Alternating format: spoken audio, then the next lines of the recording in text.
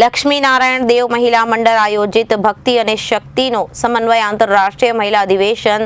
શિક્ષણ રાજ્યમંત્રી રીવાબા આર જાડેજાની પ્રેરક ઉપસ્થિતિમાં યોજાયું હતું। આ પ્રસંગે સંસ્થાના ઉર્વશી કુંવરબા તથા રાજનંદનની કુંવરબા તથા 30,000 મહિલાઓ મોટી સંખ્યામાં જોડાયા હતા। મોટા વરાછા ખાતે આયોજિત અધિવેશનમાં મંત્રી રીવાબાએ જણાવ્યું હતું કે આંતરરાષ્ટ્રીય મહિલા અધિવેશનના કાર્યક્રમમાં ખરા અર્થમાં ભક્તિ અને શક્તિનો સમન્વય બન્યો હતો। ચૈત્ર નવરાત્રિ એ માતાજીની ભક્તિ કરવાનો આ ઉત્તમ સમય છે અને આ ભક્તિથી માતાજીની આપણને એક અજબ પ્રકારની શક્તિ અર્પે છે। જેવી રીતે અંબા માતા, દુર્ગા માતા અને કાલકી માતાએ પોતાની શક્તિથી અનેક રાક્ષસોને સંહાર કરી આ જગતનો ઉદ્ધાર કર્યો છે, એવી જ રીતે આ યુગમાં વિરાંગનાઓને જગતનો ઉદ્ધાર કરવા માટે સહભાગી બનવાનો અનુરોધ કર્યો હતો। તેમણે કહ્યું કે સ્ત્રી એ સમાજનું હૃદય છે। પરિવારના સંસ્કારોને લઈને સમાજના વિકાસ સુધી મહિલાઓનું યોગદાન અત્યંત મહત્વપૂર્ણ રહ્યું છે। શિક્ષિત, સજાગ અને સંસ્કારી મહિલાઓ દ્વારા પરિવાર હંમેશા સુખી અને સંપન્ન બને છે અને આ જ પરિવાર દ્વારા એક સુખી, સંપન્ન, સંસ્કારિત સમાજનું નિર્માણ થતું હોય છે। આ તકે લક્ષ્મી નારાયણ દેવ મહિલા મંડળ દ્વારા દીકરીઓને સર્વાઇકલ કેન્સરમાંથી મુક્ત રાખવા માટે તેની રસી દીકરીઓને મુકાવવી, હોમ મેડ સેનિટરી નેપકિન્સ આપવા અને કોરોના જેવી મહામારી સમયે 3 લાખ હોમ મેડ માસ્કનું વિતરણ, મફતમાં ટિફિન યોજના જેવી સેવાકીય પ્રવૃત્તિઓને બિરદાવી હતી।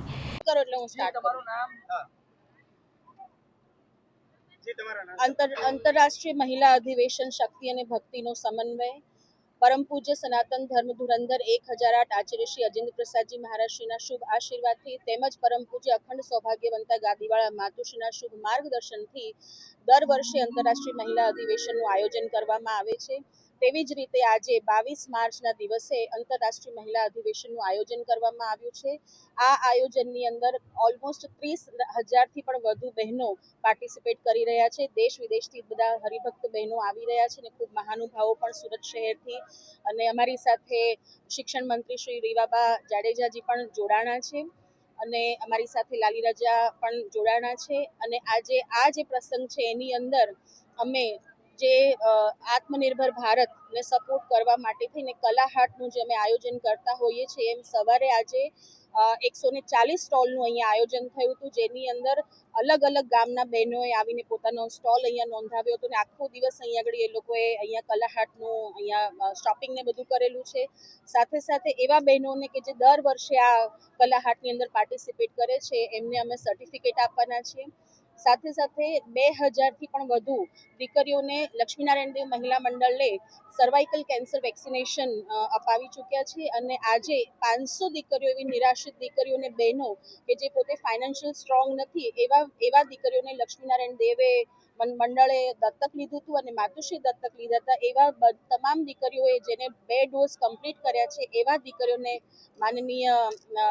શિક્ષણ મંત્રી શ્રી દ્વારા અમે સર્ટિફિકેટ વિતરણ કરાવવાના છીએ અને સાથે સાથે વંદે માતરમને 150 વર્ષ જ્યારે પૂર્ણ થાય છે ત્યારે અહીંયા ઉપસ્થિત તમામ સ્ત્રી ભક્તો આજે અમે રાષ્ટ્ર ઉત્સવ પણ મનાવવાના છે। એ જ આ ઉદ્દેશ્ય છે આજના કાર્યક્રમનો। જય સ્વામિનારાયણ। ભારતીય દક્ષિણ વિભાગ શ્રી લક્ષ્મીનારાયણ દેવ મહિલા મંડળ દ્વારા આયોજિત આંતરરાષ્ટ્રીય મહિલા અધિવેશન કાર્યક્રમ એટલે ભક્તિ અને શક્તિનો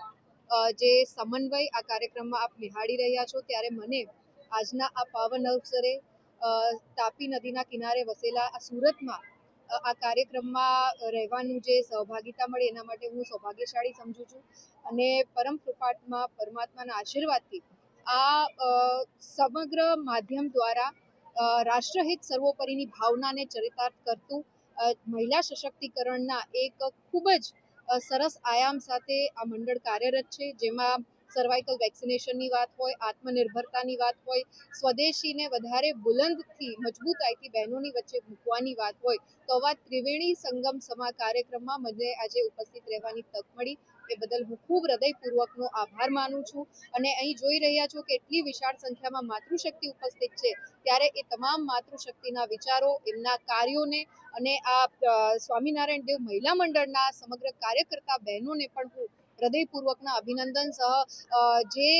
અભિનંદન પાઠવું છું અને આપણે હમણાં જ ટૂંક સમય પહેલા જ મહિલા દિવસની ઉજવણી કરી ત્યારે એક દિવસ પૂરતો આ મહિલા દિન ના હોઈ શકે, પરંતુ થ્રુ આઉટ ધ યર માતૃશક્તિ છે કોઈ ને કોઈ રીતે સમાજ સેવાની વાત હોય, સમાજ ઉત્થાનની વાત હોય, સશક્તિકરણની વાત હોય અને નવી પેઢીને સંસ્કાર સાથે, મૂલ્યો સાથે શિક્ષિત કરવાની વાત હોય તો ત્યારે આ માતૃશક્તિનો રોલ જે છે એ ખૂબ જ અમૂલ્ય રહેતો હોય છે. તેવા તમામ માતૃશક્તિને પુનઃ હું આજના દિવસની હૃદયપૂર્વકની શુભકામનાઓ પાઠવું છું. Reporter Arvind Rathod, Janadesh News, Surat.